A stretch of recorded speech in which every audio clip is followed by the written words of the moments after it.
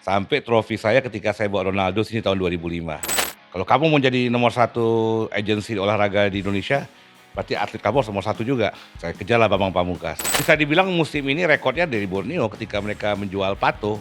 Pak Nabil Hussein itu bisa buat training ground klub dulunya selalu, mungkin sampai sekarang masih menyalahkan agen tuh yang rusak harga. Soalnya menurut saya pemain dan agen berusaha untuk mencari harga yang terbaik, tapi daripada gua bayar 2M, 3M pemain lokal, mendingan gua hire pemain dari luar yang bisa $4.000, $5.000. Kayak Lily Pali itu mahal, ya kan, Lily Pali, mungkin Klok, ya kan. Mmm. Kalau orang Indonesia yang pure Indonesia mungkin ya kita bilang kayak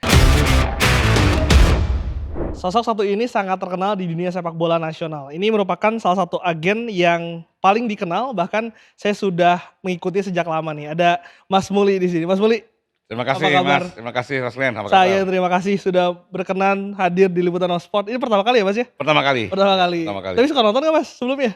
Jujur aja kalau Liputan 6 siapa yang nggak tahu kan, tapi kalau untuk podcast ini saya baru pertama kali jujur. Baru pertama kali? Jujur ya. Karena baru juga Mas. Oh baru juga? Mulai juga. Berapa lama ini baru?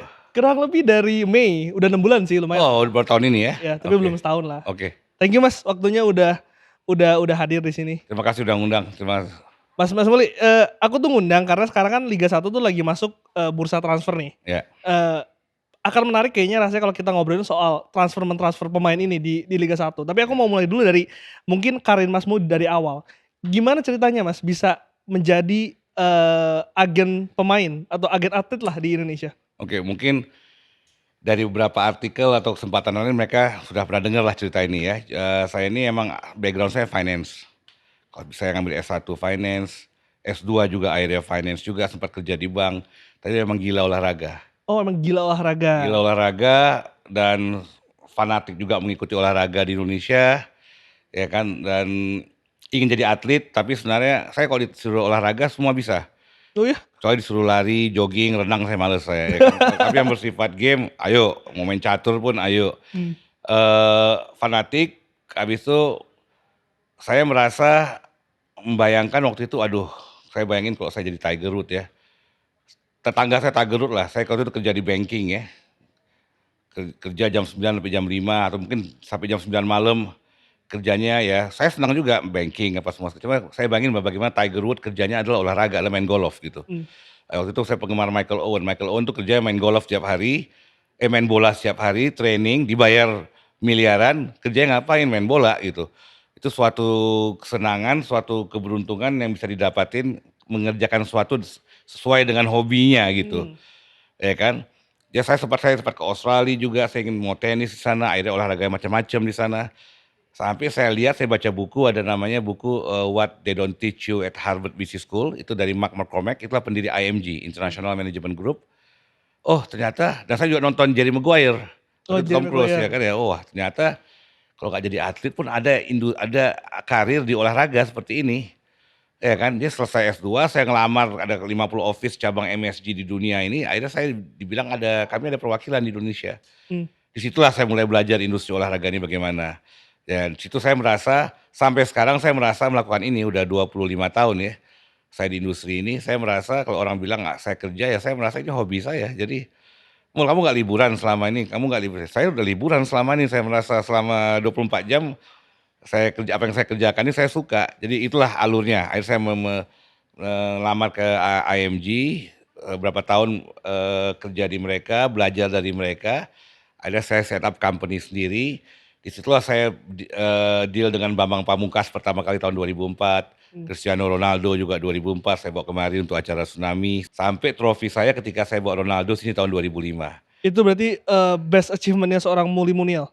Walaupun itu awal dari karir, tapi itu trofi saya lah. Mengingat dia siapa sekarang ya. Yes. Bisa membawa, saya bisa dibilang orang Asia yang pertama kali membawa dia kemari.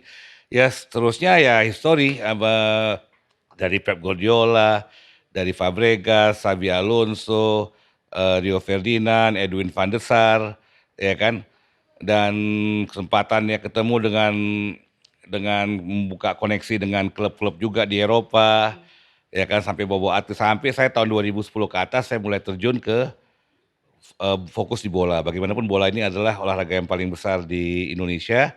Tadi saya fokus di marketing aja.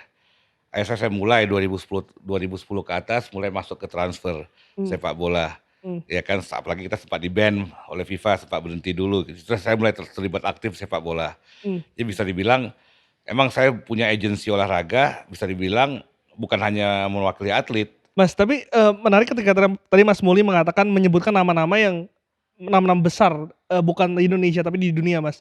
Aku pengen tahu sebetulnya, mendapatkan koneksi itu gimana sih, Mas? Apakah dari olahraga, dari kenal satu kenal yang lain atau seperti apa awalnya? Mengenai nama-nama besar tadi, Betul, ya inilah dulu bukan zaman sekarang, dulu ada WhatsApp, betul, ada apa iya, ya. Saya ingat saya nulis, saya itu ketika saya keluar dari IMG, saya belajar lah. Waktu itu IMG banyak megang pemain-pemain besar, tapi rata-rata pegolf atau petenis. mmm, Pemain bola cuma Maldini. mmm, Ya kan, saya sempat tawarkan, cuma satu orang, udah akhirnya saya mulai belajar, oke saya merasa waktu itu, kalau kamu mau jadi nomor satu agensi olahraga di Indonesia, berarti atlet kamu harus nomor satu juga.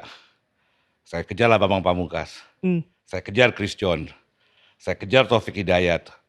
Ya kan, karena bagaimanapun mereka atlet nomor satu. iya, Ya kalau kamu mau jadi agensi nomor satu, ya kamu pegang harus nomor satu juga. Ya kan, itu mungkin melalui dari Bambang Pamungkas, lucunya bagaimana saya pertama kali ketemu dia. Lagi di meja makan, lagi di ruang makan, di restoran sama ibu saya, sama keluarga saya lagi makan, Bambang sama istrinya kan. Itu Bambang Pamungkas. Saya samperin, ya kan. Saya samperin, saya kasihlah, kartu nama saya. Bambang nama orangnya kan dia bukan sombong, cuma kan namanya orang mungkin dia kaget ya pada saat dia, "Siapa ini orang kok tiba-tiba negur di," ya kan, negur di ini. Dia terima, dia cuma kayak agak sedikit, "Oke, udah gitu aja." Ya kan, saya ingat tuh pada saat itu saya balik ke meja ibu saya, "Gila sombong banget."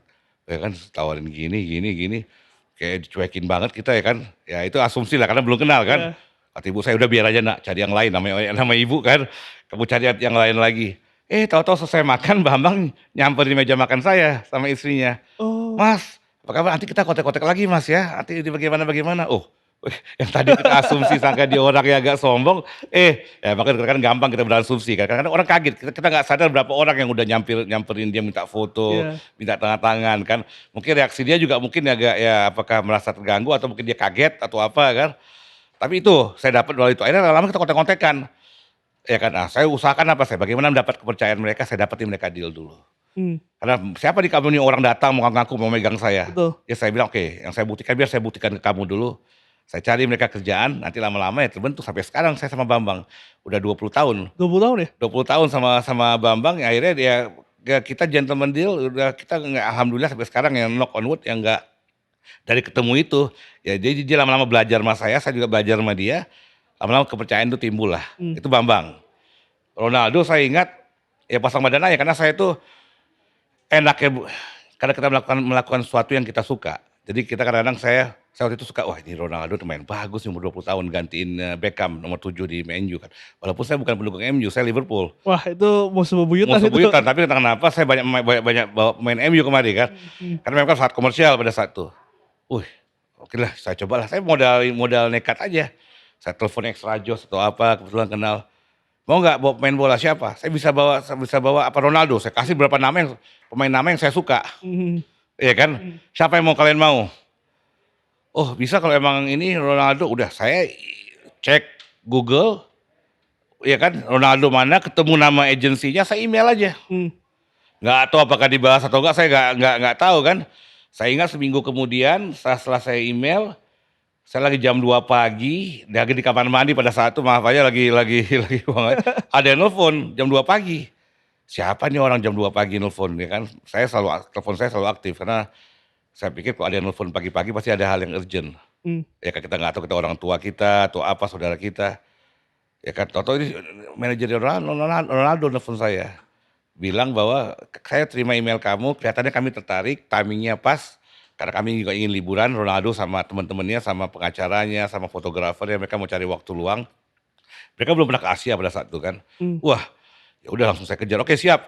Saya siapkan proposalnya, langsung saya bujuklah, saya coba presentasikan ke Extra Joss kan.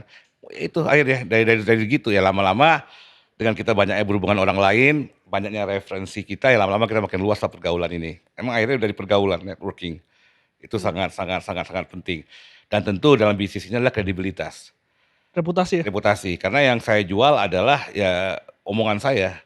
Apakah saya bisa delivery atau enggak, kita bisa ngomong selangit tapi bisa nggak kita delivery.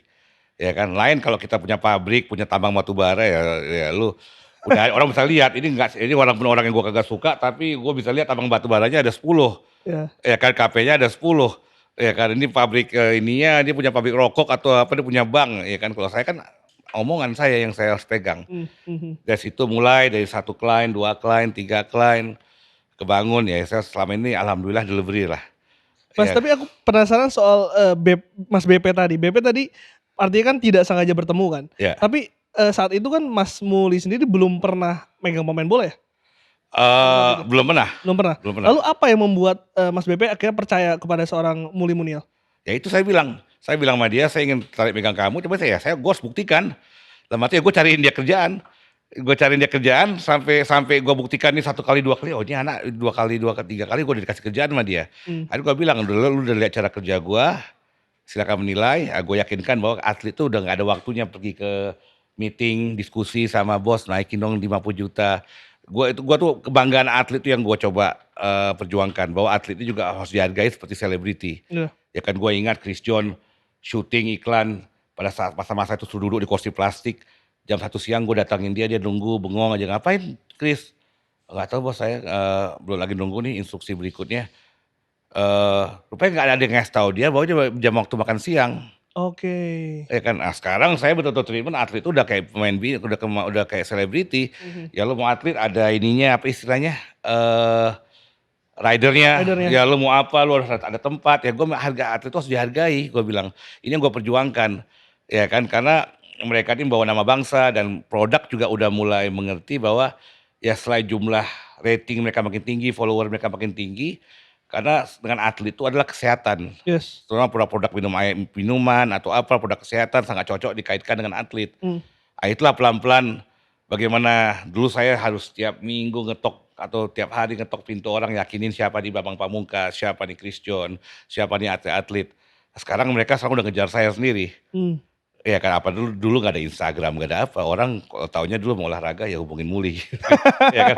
Sekarang orang banyak dengan ada Instagram apa mereka bisa direct, Iya. langsung. Ya dengan sosial media ini ada benefit, ada positif negatifnya lah. Tapi apa Mas sejauh mana, Mas Muli sebagai agen ini bisa mengatur seorang pemain?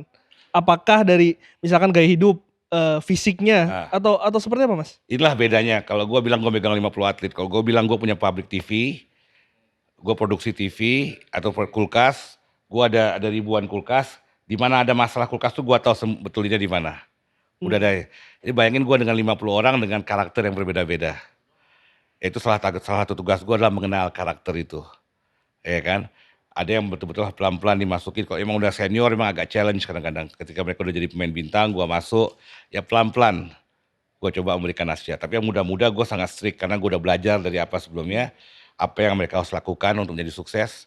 Bahwa seperti saya bilang karakter itu penting, menjadi atlet atau menjadi suatu profesional itu ada 3 hal. Ada 3 macam, 3 tipe. Satu adalah satu orang yang tertarik, "Oh gue tertarik emang main bola." Satu, dua dua orang kedua, tipe kedua yang merasa, gue punya komitmen nih, gue kayak misalnya, gue latihan deh 2 jam sehari." Mmm. Itu orang yang komitmen dengan bola. Tapi tipe ketiga ini yang susah dikalahin. Ini bukan hanya di bidang industri olahraga ya, di manapun, adalah orang yang punya obsesi, Mmm. ya kan. Jadi kalau orang bilang ketika orang nanya Muhammad Salah, "Gila lu 8 jam, 10 jam lu pulang pergi untuk latihan, training tiap pagi, tiap hari. Lu bukan itu merasa beban bagi lu suatu hal yang kerja keras, lu harus kapan lu punya waktu lagi untuk hal-hal yang lain?" Bagi dia merasa, "Loh, saya nggak merasa problem. Ini suatu kenikmatan bagi saya, suatu suatu hal yang saya looking forward, suatu hal yang saya tiap hari itu saya sangat sangat menikmati proses ini." Mmm. Nah, orang-orang gitu yang bakal susah dikalahkan, Tapi ada Mas orang-orang seperti itu di Indonesia? Yang Mas Muli pernah pegang? yang punya obsesi ya, eee, emang agak susah lah Mmm. dari orang. Kadang-kadang akhirnya mereka merasa kadang-kadang sebagian besar bahwa ini adalah kerjaan. Ya ketika udah mulai merasa begitu, itu udah merasa susah itu. Ada beban di situ ya? Ada beban itu ketika latihan itu adalah kerja, ya kan, ketika lu mau cepat-cepat pulang, lu mau cepat-cepat kalau bisa datang, ya kan, kalau bisa ya hal-hal gitu. Akhirnya gua bilang sama anak-anak gua juga, ya inilah Tuhan tuh adil, ya kan, yang pendek dibuat cepat, yang tinggi dibuat lambat, yang pinter dibuat males, yang kurang pinter, yang nggak begitu pinter dibuat rajin, yang kaya dibuat males, yang miskin dibuat rajin. Tapi intinya semua bisa mencapai apa yang mereka lakukan, Mmm, ya kan, tapi masing-masing punya tantangan masing-masing. dan proses masing-masing? Masing-masing, tapi intinya sekarang maaf aja kalau nggak kerja keras punya mental yang kuat susah. Mmm, Karena skill udah 11, 12 udah hampir sama sekarang. mmm, Dulu bagaimana kita lihat bagaimana Piala Dunia pun sekarang dari papan bawah, papan atas sudah mulai imbang iya, permainan udah bisa semua. saling mengalahkan ya? Saudi bisa saling ngalahkan karena udah mulai levelnya udah mulai kualitas dengan informasi mengenai nutrisi, metode latihan, apa istirahat, semua udah hampir sama. Mmm, Nah, yang membedakan itu adalah yang 10% adalah talent-nya nanti. Jadi kalau sebenarnya banyak orang bilang talent itu hanya 20%. mmm, Nggak menjamin ya. Itu satu, kedua, bagaimana mencapai 90% top di atas itu semua dengan kerja keras. Nanti yang membedakan pemain biasa dengan pemain top, misalnya pemain Liga 1 dengan pemain timnas yang super atau pemain yang bisa main di Eropa, itu talent-nya nanti yang membedakan. mmm. Nah itu, untuk bisa mencapai itu apakah agen sendiri juga terlibat, Mas? Contoh mungkin jeda jeda kompetisi kan pemain tidak bermain di klub, itu apakah akan ada program mungkin dari agensi untuk bisa, Nah, itu kepada para itu yang pemain? sebenarnya saya bisa tantang, saya bisa bilang itulah obsesi saya. Sebenarnya agen itu tugasnya adalah menegosiasikan kontrak, mendapatkan deal yang terbaik, mencarikan pemain klub, ya kalau memang dia pantas dan menegosiasikan harga yang terbaik bagi. Soal itu, soalnya ada kesadaran pemain sendiri secara profesional. Mmm, Maka itulah mereka dibilang profesional. Tapi saya bisa tantang, saya mungkin ya bisa dibilang salah satunya mungkin salah orang yang sedikit atau mungkin salah satunya aja saya sampai terjun sampai saya juga mempersiapkan mereka untuk latihan. Karena saya tahu bagaimana saya harus jemput bola. Maka itu ketika saya konsentrasi umur 22 tahun ke atas, saya terjun sampai ke 16 tahun, sampai kadang-kadang ada 12 orang tinggal di apartemen saya. mmm, Saya tampung dari mereka. Kadang-kadang mereka di daerah mereka belum tentu cukup nutrisi dari protein, latihan. Mungkin yang saya sediakan nggak sempurna, tidak ideal ya 100%, tapi saya ingin mencoba men-support mereka dari nutrisi, ya kan, dari mereka mentalitas mereka saya coba kasih masukan juga. Dari latihan mereka walaupun mungkin cuma latihan 2 kali, 3 kali seminggu, di gym mereka saya sampai staf saya tahu sampai saya buka membership di gym di Rasuna itu biar anak-anak bisa latihan di sana. Saya kerjasama dengan fisio, Kardea ada fisio, di mana anak-anak saya setiap yang cedera bisa dapatkan treatment dia secara free di sana. Bisa pilates juga, bisa sport massage ya kan. Ya hal gitu yang saya sediakan untuk mendukung saya bisa jamin mungkin agensi lain saya bisa tantang siapa yang menyediakan hal sportif seperti itu. Cuma bagi saya ini memang saya bilang udah obsesi saya, jadi udah bukan sekedar ya alhamdulillah rezeki itu ada aja datang. Banyak teman-teman bilang, "Dari mana lu hitung-hitungan lu mau masuk kayak gini mau?" Ya kan, lu ini ya akhirnya gue bilang, "Tapi ya ada aja rezeki." Dan gua merasa apakah gua merasa ini suatu beban, bagi gua kagak. Ya kan, gua enjoy melakukan hal ini karena suatu kebanggaan gua bisa nangis lihat anak gua nyanyi Indonesia Raya, ya kan, untuk timnas atau dia bisa ke luar negeri itu suatu hal yang sangat sangat sangat yang ya itu yang gua cita-citakan gitu. Jadi iya, kalau gua cita-cita kamu apa? Bukannya gua ingin jadi kaya, enggak, gua ingin anak-anak gua ini bisa berhasil. mmm. Selain dari Bambang Pamungkas, siapa lagi sih, Mas, nama-nama besar yang pernah ada di under Soal Muli mungkin? Ada Evan Dimas, ada kayak dulu, Taufik dulu juga saya pegang sampai dulu Doni Tata. Kalau bola Evan, Hanif Syabandi, Mmm, ya kan, ada juga, siapa, ada beberapa yang udah mantan atau masih sama saya juga lah ya, kayak Bagas Adi, ada Sadian Abimayu juga pernah sama-sama saya, Gavin? Gavin Kwan sampai sekarang masih sama saya. Gavin Kwan tuh saya juga bantu karena dia anaknya juga produktif. Saya udah nyiapin anak-anak saya ini bukan hanya untuk jadi pemain bola, tapi bagaimana kamu jadi manusia juga. Mudah-mudahan itu yang saya coba. Saya juga belajar. Saya sendiri menjadi manusia juga nggak sempurna. Ya kan, tapi saya mengajarkan mereka. Karena umur 35 tahun kamu udah pensiun. Siapa yang ingat maaf aja 10 tahun lalu kamu runner up atau juara Piala Liga, kamu di tim mana, nggak ada yang orang ingat. Bagaimana mereka bisa sukses insya Allah sebagai manusia. Setelah 3 lima kayak Gavin ini, apa, kamu ada proyek apa, ada bangun apa, saya udah ajarkan anak bagaimana cara ngelola duit. Mmm, Walaupun kadang-kadang saya juga ngelola duit, saya juga kadang-kadang nggak kalau soal hitung-hitungan kagak beres juga ya kan. Tapi ya bagaimana anak-anak ini bisa ngelola, jadi ketika mereka pensiun 35 yang mau jadi pelatih, udah gue udah punya A sekarang. Jangan udah umur 35 tahun pensiun baru mikir, gue mau jadi apa ya? iya, Baru ngambil D, C, udah telat. Kalau bisa udah 35 tahun mereka udah kalau memang mau ini mereka udah punya ruko. Jadi pas mereka pensiun atau punya kos-kosan, udah tinggal aktif, passive income mereka udah dapat dari situ. Mau jadi pelatih udah A. Kayak Gavin, kami ada project kayak ada kecil-kecilan, ada kebun di Kalimantan buat pohon sengon misalnya. Ada juga lagi aktif buat properti, bangun di Bali, habis itu disewain, dijual. Yang kalau emang itu saya support, saya bilang coba diskusi sama saya. Apa yang bagus saya coba masuk juga, kalau bisa saya ikut, ya mmm, kan. Apa yang nggak bagus saya bakal bilang, ya kan. Ya saya coba anak-anak saya udah berpikir ke depan hanya bukan untuk olahraga saja.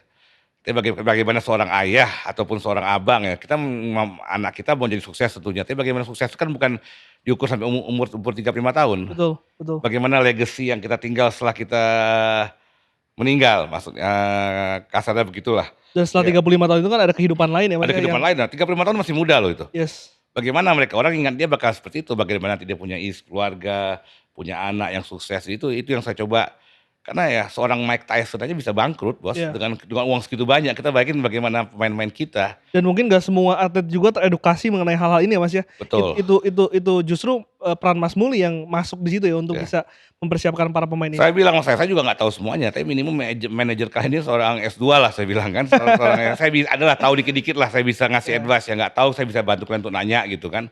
Tapi ya ayo manfaatkan karena, saya bilang kita partnership ini bukan hanya mudah-mudahan ya partnership seumur hidup, bukan hanya partnership di bola saja. Mas Mas Muli tapi aku jadi penasaran deh, Mas Muli itu ketika memilih pemain ya, itu Mas Muli yang memang, mendekati karena memang ada kriterianya atau siapapun bisa, approach Mas Muli untuk bisa under Mas Muli? Eee, Kombinasi semuanya, tapi akhirnya memang kan saya udah punya 50, saya juga punya keterbatasan, saya nggak bisa terlalu banyak juga dengan cuma di sosial dan memang saya lagi coba mengembangin ini dengan tim-tim, saya mencoba kumpulin yang baru jadi saya bisa lebih luas, lebih banyak menampung anak-anak. Tapi karena keterbatasannya saya harus lebih selektif. Tentu apakah dari referensi dari SSB, pelatih-pelatih, referensi dari pemain-pemain saya, mungkin itu yang saya udah paling enak karena mereka udah tahu Ya, apa yang saya ekspektasikan, mereka sudah tahu. Ada banyak juga sekarang dengan sosial media orang DM saya langsung, kalau memang kebaca, ada yang email langsung, ada yang minta dari siapa ke siapa minta tolong hubungin ke Muli ada, ya kan ya. Jadi ya itu rekrutmennya seperti itu. Kadang-kadang memang saya selama pre-season saya siapin organisasi latihan untuk anak-anak untuk menyiapin walaupun main Liga 1 juga saya undang, untuk mempersiapkan, Liga 1 atau Liga 2 atau Liga 3 atau ada beberapa anak yang mau saya scouting lihat saya ada latihan, di situ saatnya saya kumpulin mereka. mmm, Saya kumpulin mereka sekaligus ngelihat, talent mereka bagaimana, situ sekaligus saya buat tour biasanya organize lawan tim-tim Liga 1 Liga 2 di situ saya sekaligus jualan juga, mmm, ya kan. Nah sekaligus anak-anak juga dapat kesempatan bagaimana anak-anak muda yang 16 tahun ini, saya ingat Hanif, Bagas Adi itu 17 tahun, Abi Bayu 17 tahun, banyak anak-anak muda tuh yang saya pegang, dari saya ingat ada Zakiri, ada Pancar dari umur 15 tahun. Itu mereka udah lawan-lawannya PSM, Sleman, Persija, uji coba. mmm, Udah timnas senior, ada Yongki Aribowo juga yang sekarang udah pensiun ngelatih. Jadi biasa giliran tuh yang senior tuh sekarang, sekarang Hanif nih senior ya, tugas dia tuh untuk ikut training juga membagi ilmu dengan anak-anak yang lebih muda juga. Situ membaur, jadi membaur sekaligus yang senior-senior ini bisa berbagi ilmu, yang muda-muda ini bisa belajar di training camp saya ini, dan saya uji mereka lawan yang tentu level-level yang lebih atas untuk karena yang kita kurang adalah kompetisi untuk anak-anak di bawah 18 tahun ini. itu diakui ya? Ya, karena kita tuh butuh 25 sampai 30 game untuk mereka. Dari umur 12 tahun tuh mereka sudah kompetitif, Mmm, udah ada regular turnamen. Ini yang kita nggak ada di sini. Sekarang udah PSSI buat Elite Pro yang udah jalan 3 bulan, 4 bulan. Itu paling nggak suatu awal yang cukup bagus. Tapi ya kalau kita lihat Elite Pro itu cuma jalan 4 bulan, 5 bulan, sisanya mereka ngapain lagi? yes. Ya kan, itu seharusnya dibuat reguler seperti itu. Jadi mau nggak mau ya saya coba nih dengan tambah jam terbang anak-anak, saya uji coba dengan tim-tim lain untuk menambah confident dan pengalaman mereka juga gitu. Iya iya. Tadi tadi Mas Muli juga sempat mengatakan, sebetulnya kan main job seorang agen itu udah kan negosiasi kontrak ya. Pengen tahu dong Mas, kalau misalkan tadi mungkin dari uji coba itu ada klub mungkin yang tertarik dengan satu satu pemain. Ya. Itu prosesnya gimana sih Mas dalam Ya, mengontrak satu pemain? mereka bisa langsung itu terima anak, kita langsung negosiasi harga, ya kan, atau mereka merasa bisa nggak nih anak ini dikasih seminggu dulu kemari training dengan kami, Oh trial? kita mau trial, bisa juga begitu, tergantung. Tentu kalau udah pemain-pemain top udah susah untuk trial ya, karena mereka sudah punya statistik sendiri, punya Yes. apa. Dan kalau cedera, tapi kalau pemain-pemain muda ya banyak kesempatan seperti itu, mereka harus trial dulu atau apa. Disitulah bagusnya saya bilang dengan anak-anak ini saya buat tim untuk tanding. Saya tahu bagaimana susahnya trial itu bagaimana, ketika mereka datang sendiri, ada open trial, ada 30 anak sana yang mereka nggak kenal, bagaimana bermain satu tim itu nggak gampang. Iya Kadang-kadang ada trial mungkin dikasih kesempatan 15 menit, 20 menit, dan belum tentu mereka dapat bola. iya betul. Karena di trial itu juga ada gerombolan anak yang udah saling tahu, mereka main antara mereka aja. Dengan saya buat gini, saya bilang sama anak-anak, ini kan suatu kesempatan yang bagus, kalian main dengan lingkungan kalian sendiri, lawan tim lain, kalian nggak ada kompetisi di tim kalian sendiri, kalian main sosial udah sering main secara reguler, ini kan suatu hal yang bagus. Dan kesempatan tim juga ngelihat bagaimana ketika dalam uji coba main 90 menit atau 45 menit, ya kan. Nah, mereka bisa lihat dengan lawan tim mereka bagaimana nih anak-anak ini. Mmm, Dan otomatis seharusnya kelihatan lebih bagus daripada bermain dengan trial 11 orang anak yang baru baru main datang untuk trial pasti lebih bagus orang yang udah sering main reguler setiap ini. iya, Nah, inilah yang saya coba lakukan selama ini bertahun-tahun. Ya kan mungkin sekarang udah ada beberapa agensi juga yang udah juga ngikutin juga gitu buat tim sendiri uji coba, ya kan. Dan lumayan ya saya juga saya bilang sama anak-anak saya juga punya kredibilitas dalam arti untuk menawarkan pemain yang kualitas juga. heeh, Tapi saya tahu memang kadang-kadang dari 10 mungkin akhirnya yang jadi cuma satu 2 orang. Itu juga kadang-kadang itu secara natural itu yang terjadi. Saya ngarapin 10-10-nya jadi. Tapi kadang-kadang ya kita tahu ya kita masuk timnas senior sekarang atau masuk timnas U19, U20 belum ada garansi kita bakal masuk timnas senior. iya. Persaingannya Ya sekarang aja ketat lihat banget ya? lihat aja timnas senior sekarang siapa yang dari U16, U18 ya bisa dibilang cuma segelintir. Iya, Ya kan persaingan sangat ketat ya kan. Jadi saya bilang sama anak-anak ya jangan take anything for granted ketika kalian 18 tahun, kalian mencari posisi Zumafu aja umur 43, 45 masih main sekarang striker di Liga 3. Ya iya, kan dia main di Persiba. mmm, Kebetulan itu tim yang saya juga lagi bantu juga lah di Persiba Balikpapan. Ya kan kalian mau gusur orang-orang seperti dia pikir gila, lu mau anak-anak kecil gusur gua sendiri masih punya tanggungan nih kontrakan, bayar uang anak sekolah, ya kan. Ya saingan mereka tuh jangan sangka, saya bilang pemain liga anggap di satu posisi, satu posisi itu ada 3 orang misalnya. mmm, Misalnya left back, ada 3 orang, 3 kali 18 berapa? Itu 54 orang, mmm, ya kan. Mungkin sekarang udah kepotong lagi ada pemain asing, ya. Berarti ada 54 orang pemain untuk di Liga 1 untuk posisi back kiri. mmm. Sekarang kalian tahun depan, musim depan rencana ingin main di Liga 1 sebagai posisi left back. Emang 54 orang ini pensiun semua? Eh, belum lagi yang dari Liga 2 yang mau naik, Betul, dari Liga 3 yang mau naik, yang mau pensiun masih bertahan. Kan udah umur 20 tahun, yang 19, 18 tahun juga belakang kalian lagi berusaha nih. iya, Jadi sangat kompetitif sekali. Jadi ya saya bilang intinya ya sekarang soal talent 11, 12 sudah banyak. Sekarang yang mana mau lebih bekerja keras daripada yang lain, yang mau lebih fight dari yang lain itu yang bakal berhasil gitu aja saya bilang sama anak-anak, ya jadi kan. jadi memang supply ini banyak tapi spot-nya ini sangat-sangat sedikit ya? Sangat dikit, sekarang Liga 2 juga sekarang ada regulasi umur, ada regulasi 3 Liga 3 ada regulasi umur 2002 ke atas, yang senior cuma bisa 10 orang di atas itu. Ya udah makin ngerucut. Iya. Tapi sebetulnya regulasi ini, apakah menguntungkan nggak sih Mas untuk peningkatan kualitas, pemain kita? Atau seperti apa? Masalahnya gini, argumen pasti ada dari both side, dari kiri kanan pasti ada.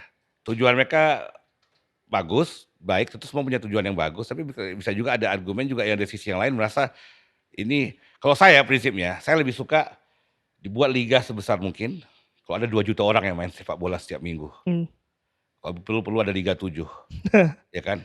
Soal boleh ada 1, 2 liga yang difokuskan untuk junior, untuk menaikkan karena ada elite pro juga betul, untuk membantu pembinaan usia 18, 20, 22 itu perlu. Tapi sebenarnya dibebaskan aja orang si Vardy aja baru 27 tahun baru ketemu dari Liga PAP di Inggris mmm, untuk Leicester City, mmm, dia baru umur 27 tahun. Ya menurut saya ya saya percaya dengan free market yang terbaik bakal muncul bakal memisahkan diri mereka dari yang lain aja. mmm, Dan intinya dibuat sebesar mungkin, dibuat bola itu adalah sebesar mungkin, cuma takutnya nanti ketika ini memang kita ada alasan untuk mencari talent, untuk minat, tapi ketika ini makin kerucut, dan ini bukan suatu hal yang menjanjikan lagi bagi anak-anak muda untuk menimpa karir karena begitu susahnya, mmm, ini bisa membuat mereka memilih karir yang lain.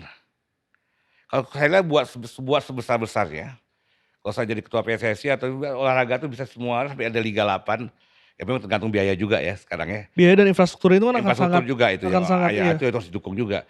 Dibuat sebanyak-banyaknya, kalau dia bisa bilang ada 1.000.000, 2 juta orang setiap minggu main kompetisi sepak bola, itu hal yang bagus menurut mmm, saya, iya kan. Jadi kan olahraga masyarakat, siapapun bisa dari level terendah yang cuma dapat pocket money setiap datang juga bisa. Jadi bola itu suatu industri yang sangat menarik, siapapun dari kecil walaupun gua nggak berhasil, gua masih ada level 2, 3, 4 yang bisa menampung iya, gua. Ketika itu banyak, ketika itu jadi menarik, semua orang mungkin ingin main bola jadi, makin banyak orang ingin main bola. Dan makin tersaring, karena banyak juga orang-orang yang talented bola mungkin akhirnya nggak milih bola karena dia mungkin milih karir lain lebih menarik, iya, dan iya kan? lebih menguntungkan mungkin ya? Ya kalau tapi itu prinsip saya, bukan berarti yang lain juga salah. Banyak jalan menuju sukses sih, cuma kan sama berbeda-beda cara Iya, ya. Jadi kalau saya lebih baik begitu, daripada mewujudkan nanti akhirnya ini mulai terbatas, bagi pemain lokal, ini untuk menembus sana tuh bakal kemungkinannya lebih kecil, jumlahnya makin dikit. Iya, Karena saya percaya juga dengan teori matematika juga, dengan probabilitas juga, iya, iya kan. Kalau cuma akhirnya 100 orang yang ingin main bola, tentu kemungkinan kecilnya juga makin dikit yang bakal sukses. Jadi betul. kalau kenapa nggak biar sejuta orang aja yang main bola, masa nggak ada bisa 1.000 orang. Tapi tentu itu bukan pekerjaan federasi pusatnya ya, Mas, ya, tapi di daerah ini yang seharusnya bisa Ya dengan menjadi harus didukung dengan pemerintah. Makanya saya iya, saya setuju bagaimana olahraga ini bekerja sama dengan pendidikan, karena olahraga ini adalah pendidikan. iya. Ya bisa dimulai dari sekolah itu ya, Mas, ya? Ya sekolah, bagaimana ini menjadi mendasar dari umur 6 tahun, bukan dari umur 14 tahun, 13 tahun, dari umur 6 tahun, 7 tahun tuh udah olahraga tuh udah mendarah daging. Mmm, Karena bukan soal prestasi aja, tapi mengenai kesehatan juga, iya, membentuk karakter.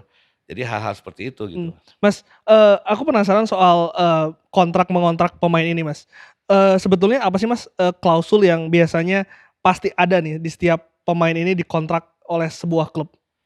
Biasa klub itu menginginkan apa sih dari seorang pemain? Standar pasti yang dilihat pemain adalah jumlah dulu, durasi, Jumlah tuh jumlah nominal. nominal? Ya nominal tuh kita biasanya dibayar per bulan, ada down payment, ada signing fee, ada bonus juga. Mmm, Kedua adalah durasi, durasinya bagaimana, ya kan. Dan tentu ada hal-hal lain yang standar adalah disiplin, pemain harus maintain disiplin dia. mmm. Image right tuh kadang-kadang ada memang kan image right tuh ada image individual sama image klub. Ah, itu harus dibedakan. Ada kadang-kadang klub yang merasa ini, oh individual gue juga dapat komisi juga dari image individual, image right-nya. Oh, image right itu maksudnya iklan Iklan dan apa lain-lain? semua segala, posting apa semua segala. Ada yang merasa oke mungkin dibebasin, Mmm, tapi mereka wajib melakukan juga membantu klub untuk melakukan promosi juga, hal seperti itu.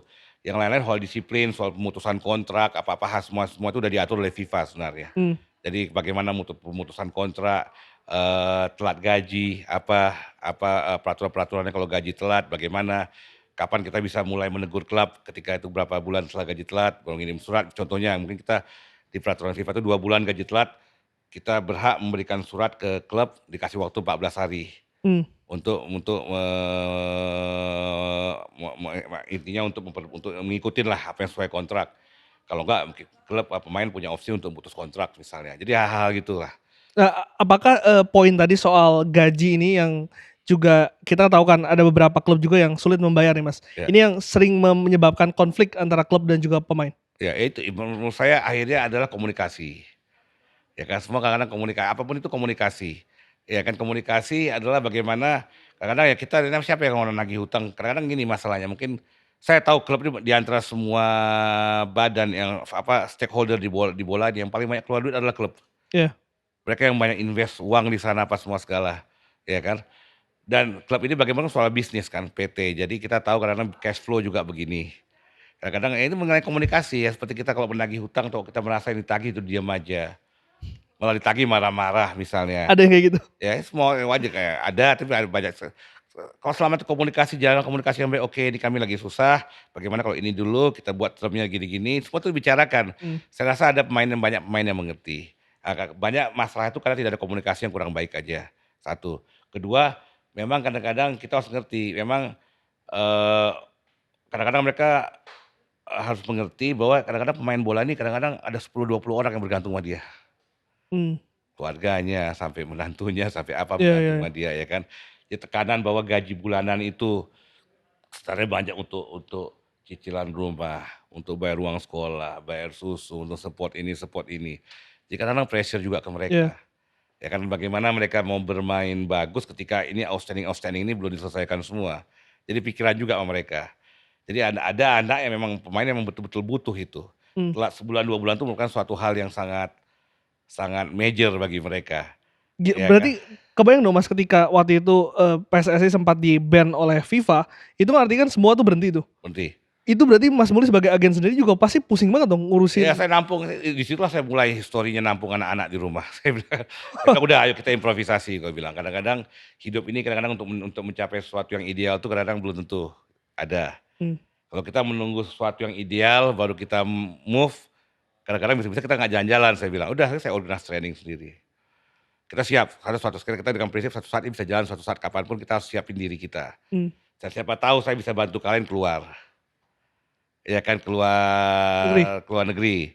Ya kan pada saat itu saya waktu itu pernah bawa Ruji sama Adam Malis tuh ke Bahrain, mmm, Ya kan ada Ruji kesempatan, Utomo ya? Ruji Utomo pada saat itu masih situasi bola masih belum jelas lah.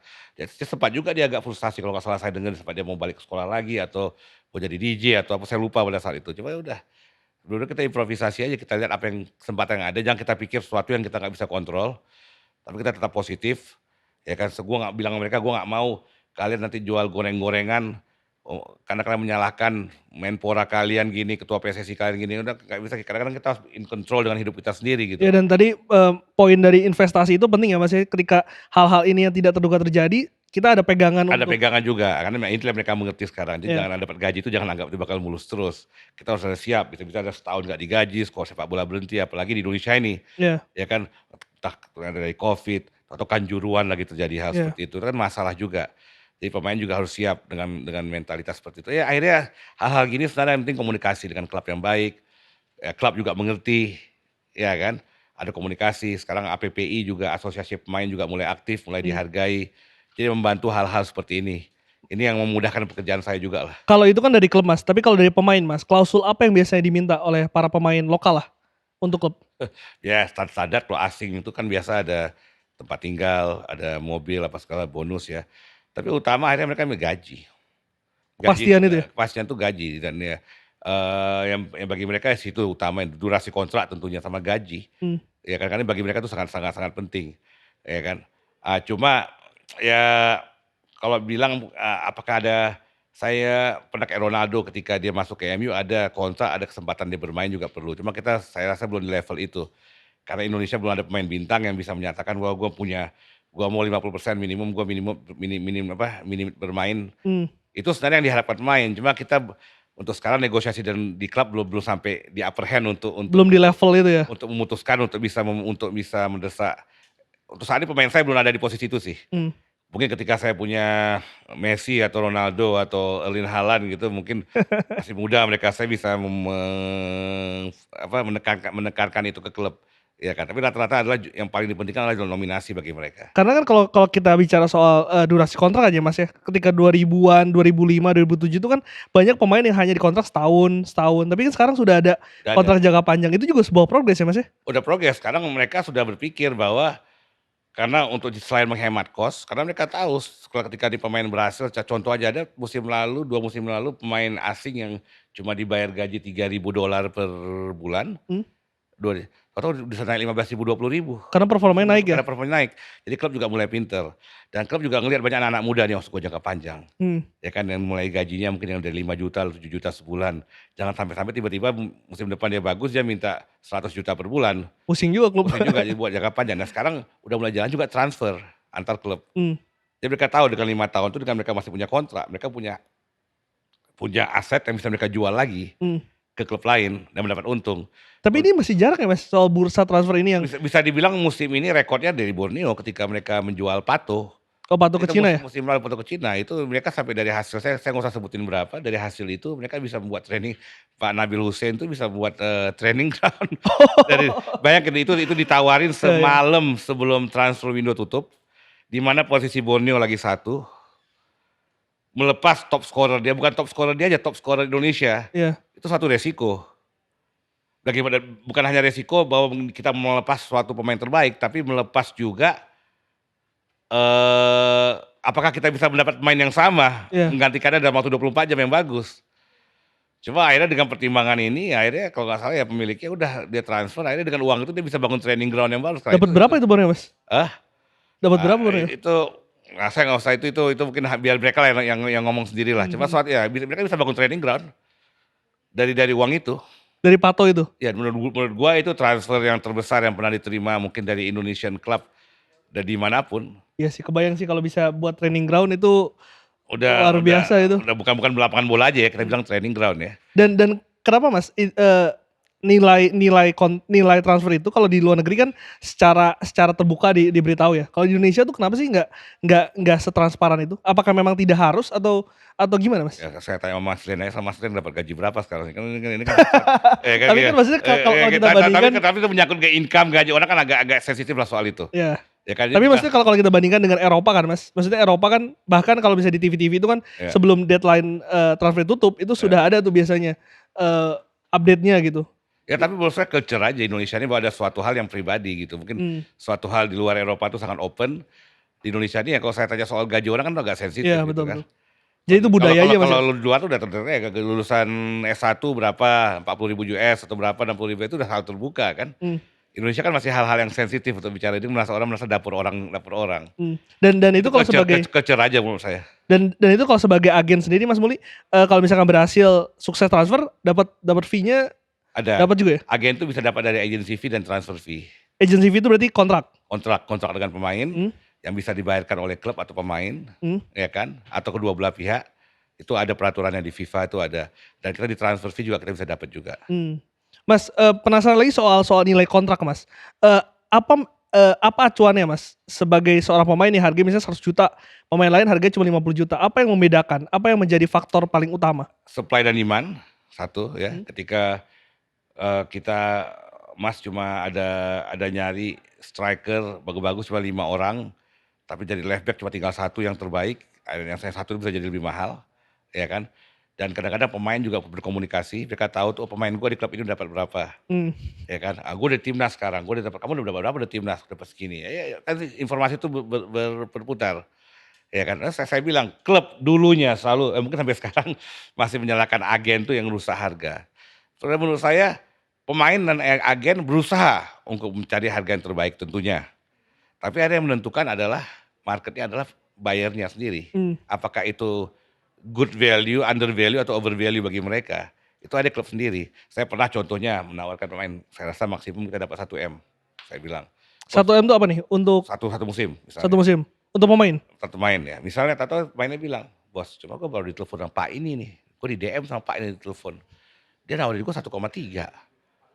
Berarti kan gue dikasih pressure sama mereka, Yes. ya kan, dia udah maksudnya ya berarti Bos coba usahakan dapat sama atau lebih dong, iya kan. Jadi ya market gitu. Sekarang saya mau jual pemain Indonesia seharga 20 M, iya kan. Mmm, Ya kalau klub nggak bisa beli, nggak bisa nyerap ya bagaimana saya bisa maksain. iya. Akhirnya kan market sendiri.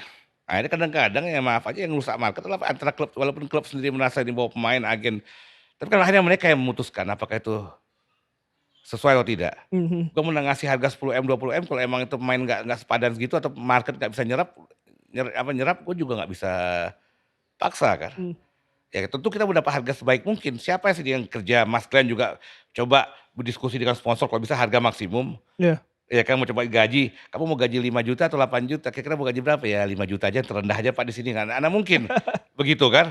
Kita Iya. selalu mencoba harga yang maksimum, itu tugas kita. Tapi apa yang membuat, naik turun harga pemain? Dari supply and demand ketika posisi itu sangat jarang dan ini anak-anak sangat bagus dan tidak ada lagi bisa kita dapat anak-anak seperti itu tuh harga bakal naik.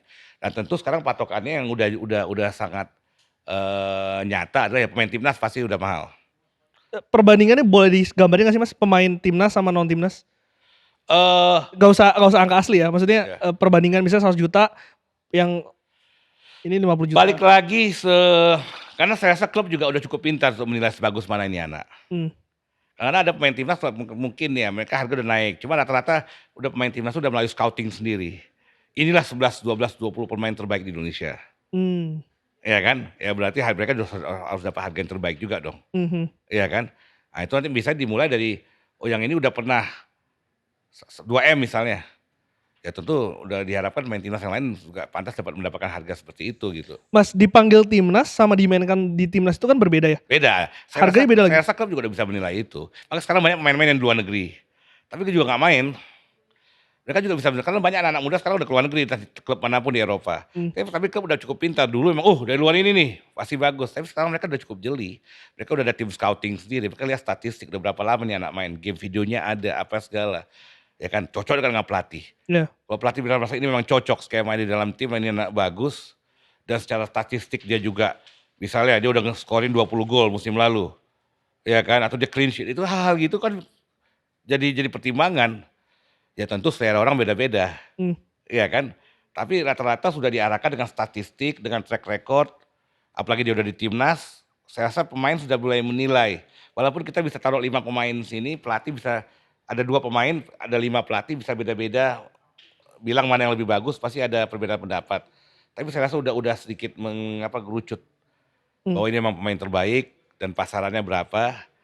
Nah, makanya itulah sekarang dikeluarkan peraturan 8 pemain foreign player diperbolehkan Mmm, untuk mengurangi pressure harga pemain di lokal. pemain ya, katanya daripada gua bayar 2M, 3M pemain lokal, mendingan gua hire pemain pemain dari luar yang bisa $4.000, $5.000 per bulan. Jadi betul ya Mas ya, harga pemain asing ini terkadang lebih rendah dibandingkan dengan pemain lokal kita? Bisa dengan pemain top-top ya. Karena saya rasa kadang-kadang sebagian dari mereka juga lebih bagus secara fisik, secara apa, Mmm, ya kan. Tapi ya itu seperti Inggris juga kan, di mana Harry Maguire gajinya juga karena ya emang karena mereka terbatas akhirnya memilih pemain lokal yang bagus tuh cuma ada terbatas. mmm, Itu yang membuat jadi mas saya bilang supply dan demand. mmm. Karena untuk pemain yang untuk main di Liga 1 yang top juga mungkin terbatas, itu membuat harga mereka jadi harga tinggi. Hukum ekonomi pada umumnya aja ya? Ya makanya saya sih akhirnya serahkan ke hukum ekonomi aja, supply dan demand. Cuma yang masalahnya, dengan banyak pemain asing sekarang ini, kita bakal susah. Dulu kita susah selalu nyari striker, setelah Bambang Pamungkas tuh, kita susah siapa sih striker berikutnya. Boci mungkin ya? Sekarang ya Terakhir, Boci ya, Boci, kita cuma seperti 1 aja cuma. iya. Nggak pernah ada 5 orang, ada 6 orang main striker yang top di Indonesia ini.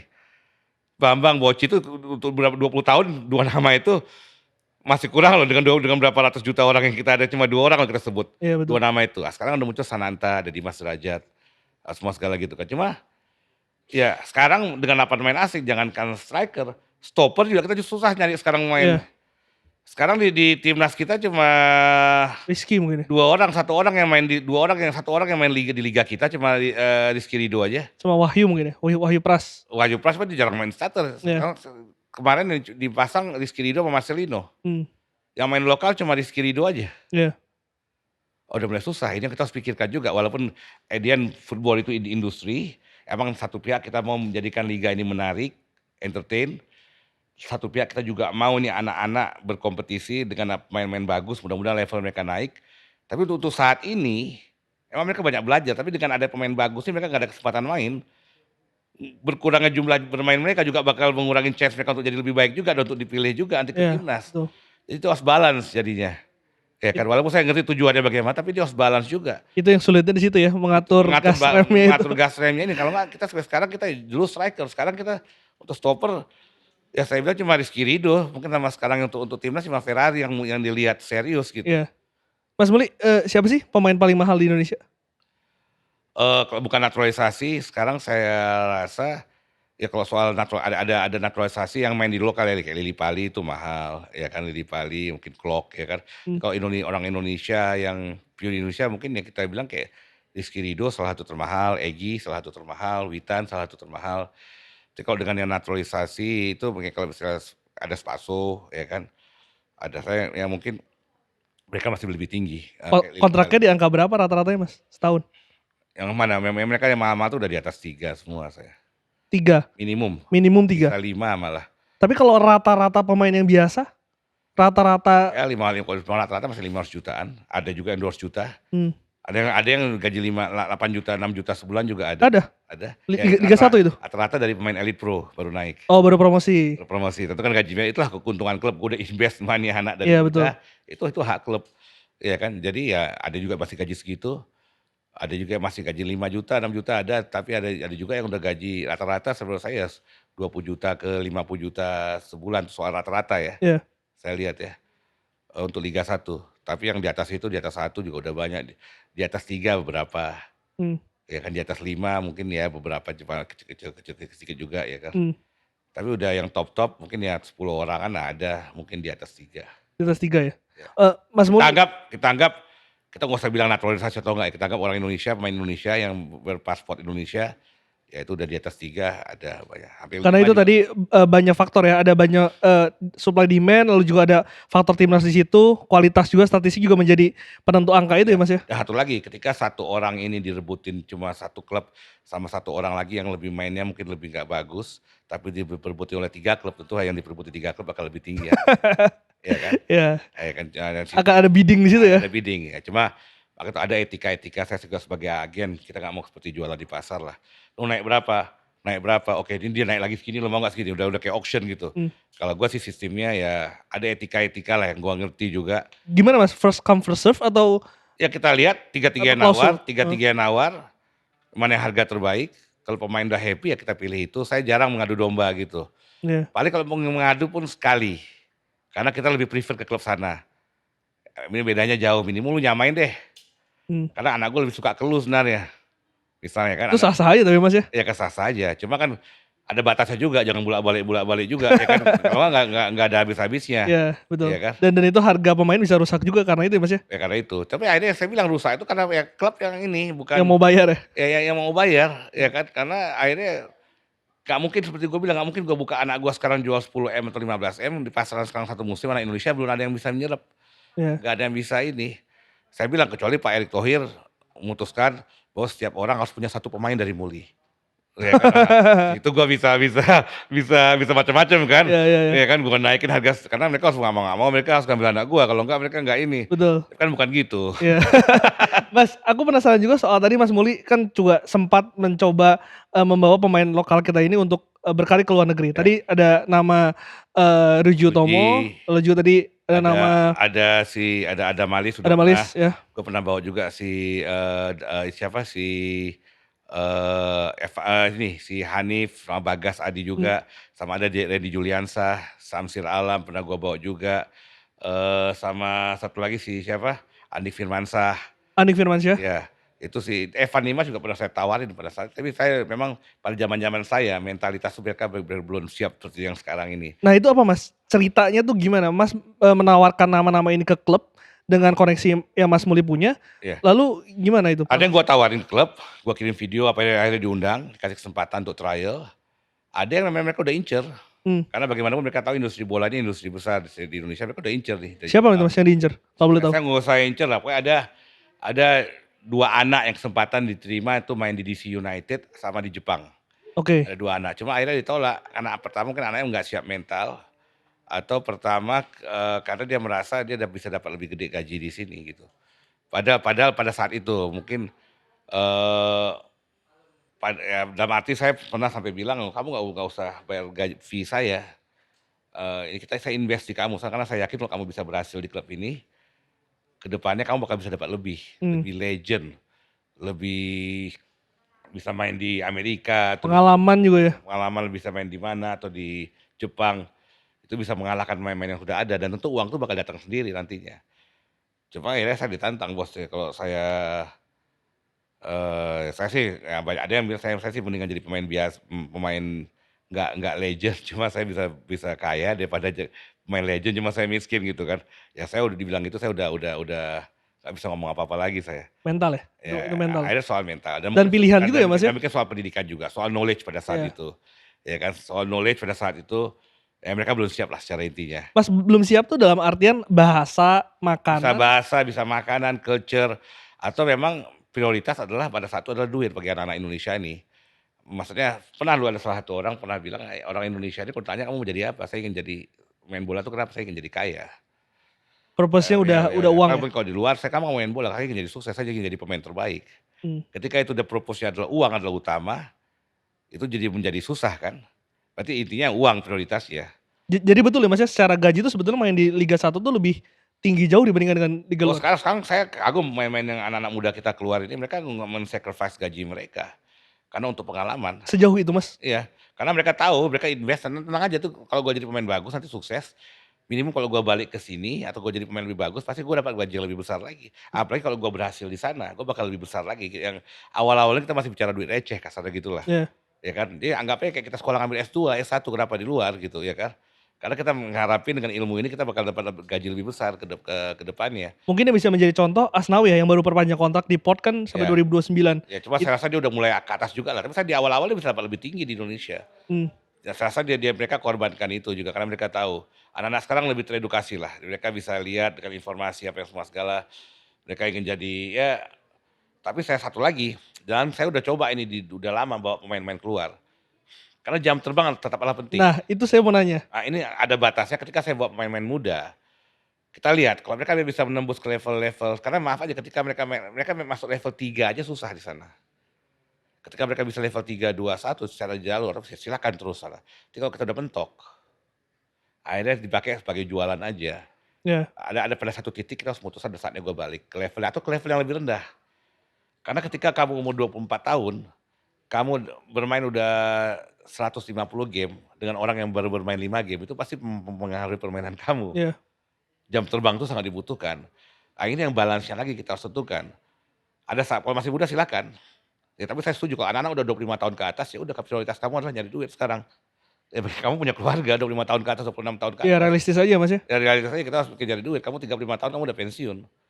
Tapi ketika kamu 18, 19 kamu masih bisa berspekulasi, ya kan belajarlah, kamu belajar S1, S2. Tapi lihat jangan kelamaan. Karena orang yang saya bilang, orang yang bermain cuma 5 game satu musim, udah 3 tahun sampai 24 tahun baru main 5 game, 10 game, dengan bermain orang yang 100 game bakal beda permainan. Iya. Jam terbang ini yang kita harus tahu diri, apakah kita memang turunkan lagi level kita, jangan usah lagi level 1 lah, level 2 atau level 3.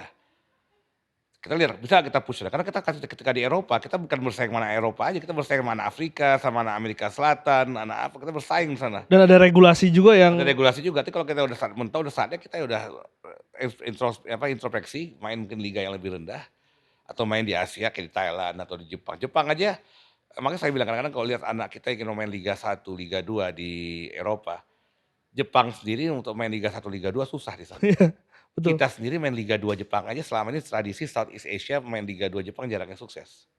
Mmm, Cuma catatan cuma beberapa ada anak-anak songkrasin ya? Thailand dan Vietnam Iya. yang berhasil. Nggak gampang. Saya udah bawa anak-anak ke Jepang. Cuma memang akhirnya kita bukan soal kalah soal, talent, kita tuh kalah soal ya disiplin, stamina, mentalitas kita juga kalah. Mmm, Dan mereka tuh udah ikut kompetisi di umur 12 tahun apa semua segala. mmm, Kalau saya melihat kalau kita ingin belajar bagaimana menembus dunia, selain naturalisasi ya, selain jalan naturalisasi, kita harus lihat jalan Jepang sama Korea bagaimana. mmm. Karena secara fisik mereka hampir sama kita. Dan itu dilakukan sedini mungkin dari sekolah dasar yang Jadi ada sekolah dasar, ya ada kan. investasi di situ ya Mas ya? Ada investasi di situ karena anak-anaknya dari umur 12 tahun udah ada, walaupun main cuma 10 menit udah dari kecil mereka udah ikut kompetitif level dan bermain setiap minggu. Mmm, Dengan nutrisi yang benar, mmm, dengan istirahat yang benar, dengan pemahaman yang benar. Nah, sekarang memang kita harus akui PSSI lebih bagus, jumlah pelatih udah banyak, yang E Pro, yang A, yang B, yang C, apalagi yang D. Dulu yang latih-latih SSB itu mungkin D, maksimum C. Kalau kita lihat di Spanyol, Jerman tuh yang A Pro itu udah ngelatih SSB. mmm, Jadi pelatih sekelas Mourinho itu udah ngelatih grassroots, udah ngelatih SSB. mmm. Ini yang sekarang ditingkatkan PSSI, kita bisa bilang lebih baik lah daripada awal ya, tapi jalan kita masih panjang. Mas, tapi kalau untuk pemain, lokal kita ya dengan kualitas yang saat ini dicapai gitu Mas, liga mana sih di luar yang menurut Mas paling paling cocok untuk bisa, menemukan titik tengahnya nih antara tadi, penghasilan dan juga jam terbang itu Mas? Untuk kalau saya rasa kita nggak usah bicara penghasilan dulu, penghasilan untuk anak-anak 18, 20 tahun tuh anggap itu sekolah, kita masih S1, S2, Investasi itu ya? ngambil kuliah. Saya rasa ambil Jepang sama Korea, Mmm, di situ menurut saya yang tepat. Karena secara iklim kita juga nggak terlalu frontal, masih ada Asianya, ya kan. Cuma memang masalahnya kita itu bisa ikut kompetitif football itu ketika umur 18 tahun dan lebih, kecuali orang tua kita tinggal di sana. mmm, Ini yang kadang agak-agak telat juga. Saya coba tuh di Jepang kalau nggak salah, level high school bolanya tuh hampir sama dengan klub. Malah pemain-pemain dari high school atau universitas bisa mengalahkan klub. mmm, Saya tadi kepikir ingin memasukkan pemain dari jalur sekolah. Seperti pertukaran pelajar aja, mereka sekolah SMA, SMP di Jepang. Ini yang saya belum belum menemukan yang tepat gitu. Saya sudah coba bawa dulu dari Randy Juliansa saya bawa, saya mau gabungkan dia dengan salah satu sekolah terbaik sepak bola. Sekolah SMP, mmm. tapi dia udah 20 tahun juara terus Jepang, sampai yang klub-klub juga kalah sama dia. Masuk sana ada 3 macam, full scholarship, setengah scholarship, atau bayar. Saya ingin masuk ke Randy Juliansa, nggak bisa walaupun saya mau bayar nggak bisa. Mmm, Mereka bilang, "Oh ini anak secara stamina kurang, secara fisik kurang." Dia udah selevel itunya, pelatihnya tuh udah betul-betul yang AF, betul-betul pelatih kelas ini. mmm. Saya harapkan dengan dia masuk walaupun level sekolah, paling nggak dia udah di lingkungan yang tepat. Ya kan, kalau kita mau belajar saya rasa di Jepang sama Korea ya. Jepang sama Korea? Ya untuk di Asia ya, Mmm, ya kan. Karena ya habis itu kayak Jepang aja sendiri nggak masuk ke Inggris. Jepang sendiri mereka banyak, Korea mereka masuk ke Jerman dulu, iya, kemana ya kan, yang liga atau Belgia, liga-liga yang lebih ini dulu, yang belum komersial, yang enggak, baru kalau siap baru ke Inggris, baru ke, Spanyol mmm. misalnya kan.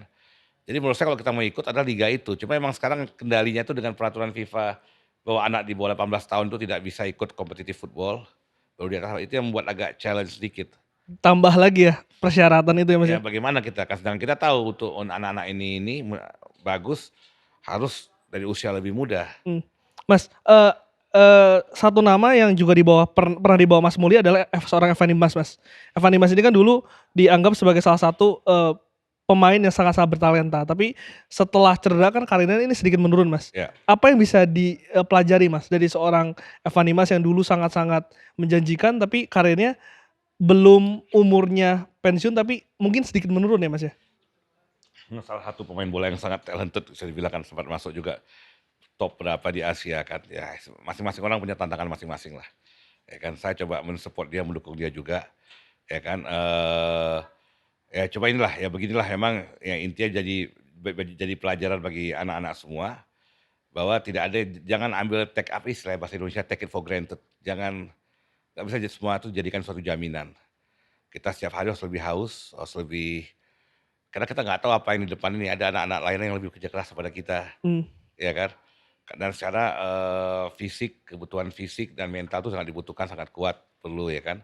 Evan Dimas nih, tentu football ini kan juga banyak, saya nggak bisa ngomong secara inilah, karena mungkin dia yang lebih tahu apa yang terjadi kan.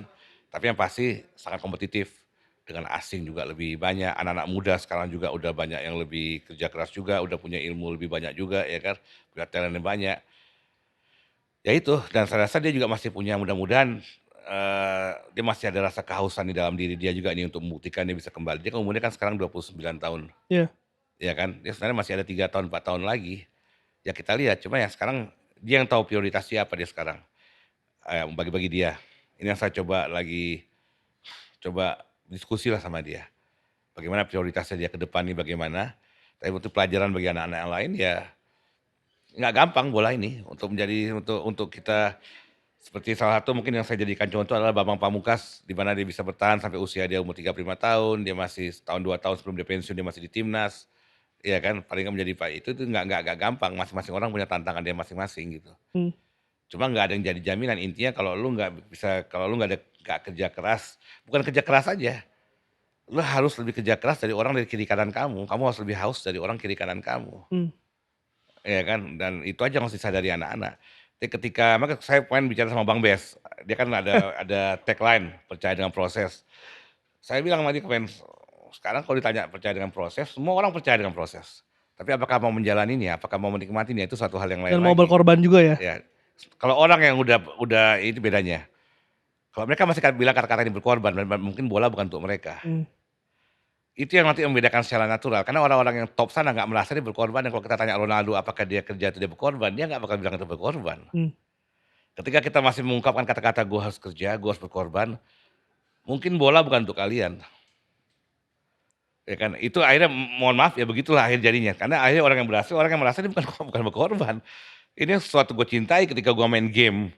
Gue bilang sama anak-anak, kalau kalian latihan bola cuma 2 jam sehari, main game 2 jam, ke mall 3 jam, ke mana ya, bola tuh berarti hobi. iya, Ya kan, ketika kita bilang saya adalah tukang masak, berarti mayoritas hidup saya selain tidur dan makan adalah tukang masak. Saya fokuskan di situ, ketika saya cuma 2 jam aja masak, selebihnya saya 5 jam saya bawa objek, ya saya bilang saya bawa objek. Kalau anak-anak ada cuma merasa 2 jam latihan sehari cukup, saya bilang sama kamu dengan anak-anak kuliahan yang jago sepak bola. iya. Mereka tiap hari ingin main main bola, Karena itu kalau aja. talenta tadi 11, 12, tapi yang membedakan itu tadi ya kerja keras dan juga hati ya, Mas, ya? Ada Hati, hati di situ. karena itu nggak bisa dibohongin, ketika itu Iya, misalnya obsesi itu kita udah nggak bisa bohong. Jadi bukannya, ya ada orang akhirnya memang kerja keras, dia tahu, dia merasa, cuma ya itu akhirnya saya lihat setelah bertahun-tahun saya lihat membedakan itu yang nggak bisa secara natural. Kamu itu kerja bukan hanya untuk dilihat orang atau untuk biar ditunjukkan di sosial media, ya biar kamu kelihatan kerja, ya harus kerja dengan hati, dan itu bukan kerja bagi kamu. mmm, Sampai kadang-kadang saya harus bilang sama kamu, "Kamu harus istirahat loh, jangan kerja terus loh." Iya kan, iya, kamu sampai harus digituin, iya kan, dan mereka juga harus, satu juga bukan kerja aja, ada 2 hal lagi yang mereka harus perhatikan, nutrisi yang benar, ya sama istirahat yang benar. Kan tanpa 2 ini kerja yang keras juga nggak ada arti apa-apanya juga. mmm, Ya kan, kerja dengan betul, dengan struktur yang betul juga saya bilang, ya kan. Maka itu saya banyak contoh, saya kadang-kadang banyak kutip anak-anak dari kata-katanya si siapa pemain basket yang udah meninggal. eee Aduh kok saya Lakers, kok saya jadi blank Kobe ini. Bryant. Kobe Bryant dia banyak bilang, anggap ini A sama B pemainnya sama, multi talent-nya sama, A sama B lah, mereka juga menjalani program latihan yang sama, yang betul, ya. Yang satu udah 100 jam, satu udah 10 jam latihan, bagusan yang mana? secara logikanya. 100 jam. 100 jam, itu udah logika. Karena anggap aja orangnya sama, talent-nya sama, dan latihannya juga bener, ya kan. Ketika orang ini latihan 2 jam sehari, gua 6 jam kata Kobe. Seminggu anggap 5 hari. Seminggu gua udah 30 jam, dia 10 jam. Sebulan gua udah 120 jam, ya kan, dia udah 40 jam sebulan. Setahun gua udah 1000 berapa, dia 5 tahun dari sekarang gua udah 4000 5000 jam, dia masih 100 jam. Dia sampai dia pre-season dia kerja mati-matian juga nggak bakal kejar gua. Iya. Karena intinya apa yang kamu masukkan itu yang kamu dapatkan, apa yang kamu input itu source-nya itu yang kamu dapat. Mmm. Begitu itu udah faktor itu mungkin kamu nanam 1000 bibit keluar 2000 bibit gitu. Tidak ada usaha mengkhianati hasil ya? Ya gue ingat ketika gua sekolah, gua bisa belajar sehari sebelumnya, teman-teman gua belajar seminggu, sebulan sebelumnya, gua masih dapat A juga sama dengan mereka. Yes. Tapi in reality di dunia kerjaan tuh nggak ada, apa yang kamu input itu yang kamu dapatkan. Kamu nanam 1000 bibit ya kamu nanam, malah kadang-kadang keluar cuma 800 bibit karena ada hama, ada apa, ada nggak jadi, iya kan? Iya. Iya kan? Begitu juga kerjaan, karena kata Kobe kalau ketika udah 5000 jam dia masih sampai dia cuma 500 jam, pre-season dia mati-matian 24 jam juga dia nggak bisa kejar gua. Mmm. Karena yang mana input lebih itu logikanya di situ. Yes. Ya mungkin anak-anak nggak ngerasa apa sih artinya 2 jam sekarang dia 4 jam, apa sih arti perbedaan 2 jam sekarang. Tapi nanti akan Tapi dirasakan ketika ya, Mas, itu ya? diakumulasikan itu menjadi suatu hal yang sangat penting. Mhm. Oke. Ketika ya kan ya hal seperti itu yang saya coba kenalin ke anak-anak muda sekarang gitu. Tapi Jadi saya bilang ya kalau baik lagi tadi mulai 3 orang tipe tadi, Mmm. yang interested, yang komitmen, atau sama orang yang obsesi, yang mana kamu? Iya. Dan 3 itu ya, 3 pesan tadi ya, pekerjaan, nutrisi, dan juga, yang terakhir mindset mungkin ya? Istirahat. Istirahat, dan juga Ya mindset tadi ya? tentu tiga mindset itu mempengaruhi semuanya. Yes. Saya ada kasih contoh lagi, satu terakhir saya contoh. Pernah saya lihat di TikTok tuh, seorang influencer bilang dia diinterview oleh perusahaan mobil Prancis. Mmm. Apa pertanyaan mereka ditanya? "Kamu punya six pack nggak?" Kata dia. Saya bilang, "Mau diapain saya kalau saya dibilang ada perlu six pack, apa hubungannya kerja di mobil dengan six pack?" Akhirnya intinya dia bayar lanjut dia nggak diterima lah. Tapi akhirnya dia tanya, "Apa hubungannya six pack dengan kerjaan mobil?" Dia bilang, "Kalau kamu udah six pack, untuk mencapai six pack itu membutuhkan komitmen dan disiplin yang kuat. Mmm. Kalau kamu berarti orang seperti itu, berarti kamu dalam kerjaan kamu lain juga kamu bisa seperti itu." Jadi kadang-kadang bukan soal six pack-nya juga, soal komitmen bagaimana mentalitas mereka. Saya jamin kalau mereka udah disiplin kuat, itu mengenai istirahat yang cukup, di mana anak-anak lain lagi main ke mall, lagi nonton film, kamu istirahat. Di mana anak-anak lain lagi jalan, kamu bekerja. Ya kan, di mana anak-anak lagi makan nasi goreng kambing, keluar jajan, kamu makan apa. Itu membutuhkan mental yang disiplin yang kuat itu. Tiga-tiga itu membutuhkan disiplin, kalau ketika itu jalan harus disiplin dan mental yang kuat. Dan itu yang membedakan pemain profesional dan juga bukan ya, Ya Mas Muli? bukan, ya itu yang bakal bedain. Siap. Mas Muli, terima kasih banyak sudah berbagi banyak cerita yang menarik. Thank you. Semoga ini bisa menjadi pembelajaran juga mungkin untuk, teman-teman, adik-adik yang ingin menjadi atlet profesional. Kalau mau masuk under Mas Muli harus juga nih tadi ya, 3 tadi harus diingat ya. Dan juga semoga ini, sepak bola Indonesia ini bisa terus mendapatkan, pemain-pemain terbaik dan juga prestasi untuk timnas Indonesia. Mas Muli, terima kasih banyak. Thank you, Mas Kita Glenn. nanti ngobrol-ngobrol lagi. Thank you. Mas ya. Thank you atas